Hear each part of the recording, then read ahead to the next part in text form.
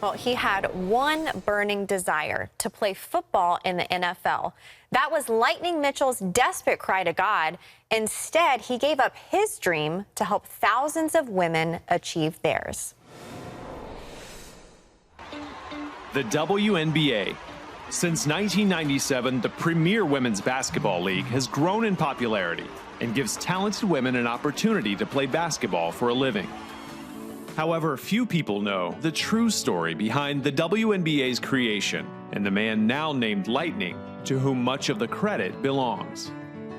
Ned Mitchell was born in rural Louisiana in 1948, where his leadership skills were evident, even at a young age.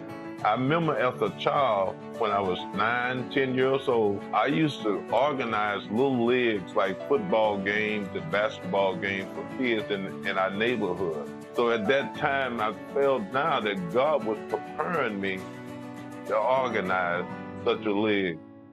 A three-sport athlete in high school, Ned dreamed of playing in the NFL. And while the NFL draft remained a dream, being drafted into the Army became his reality, and he was immediately shipped to Vietnam. Were you afraid? Very much. So, yeah, I was very scared because they were saying the Americans was being shot. Some of the planes were being shot as they come in to try to land.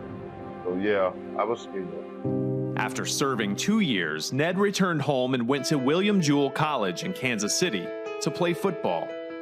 It was there he earned the nickname Lightning for his electric and shifty moves on the field.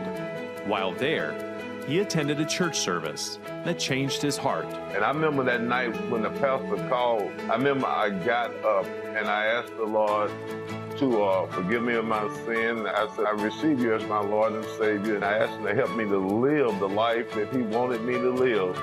Lightning went on to play semi-pro football in Wisconsin and Illinois, while working full-time in a factory, hoping and praying to get a shot at the NFL.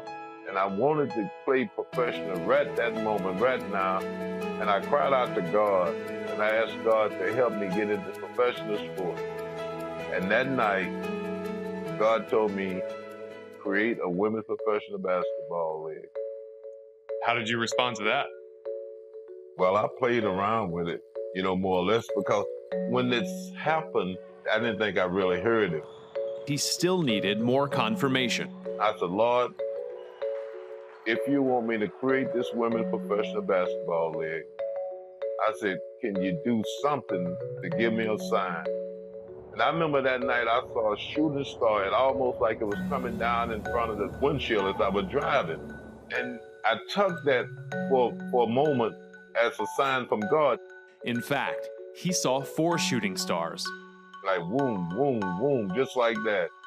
And I remember the chills that came up on my body, and I started crying. And from that point, I took it seriously. Lightning sent over 100 letters to Division I basketball schools announcing a tryout for the Women's Basketball Association. The media, however, was skeptical. Women's professional basketball leagues had started and failed on several occasions in the 70s and 80s.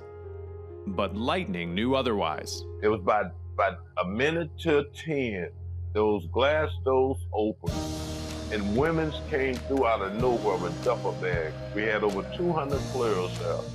And those are the type of things that God done throughout this whole event. In 1992, the WBA tipped off for the first time, even though there wasn't much money to go around. Still, the women of the league believed in Lightning's vision. These were NCAA Division I players coming out of college with degrees to go and teach or run business or company. They put that aside to do what I was trying to attempt to do, would give women the opportunity to play professional basketball here in the United States. After 4 years of hard work, Lightning had shown that his league was not only viable, but could be successful. In 1995, the NBA took notice and asked Lightning for insight.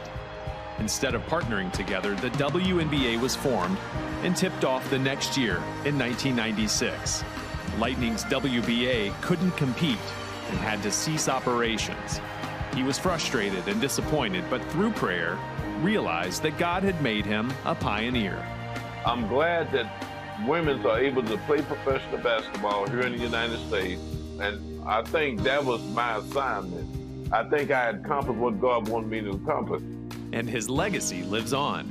On February 1st, 2021, the WBA was enshrined in the Kansas City Museum's Black Archives of Mid-America.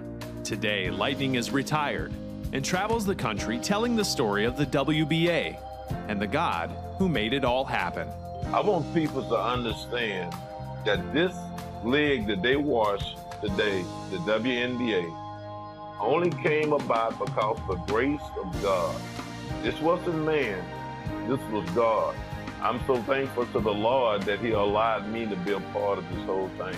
My dream was to play professional football, but God gave me something greater than my dream. I love what he said. God gave me something greater than my dream. I thank Lightning Mitchell for what he's done for the WNBA. What a blessing, what a servant's heart.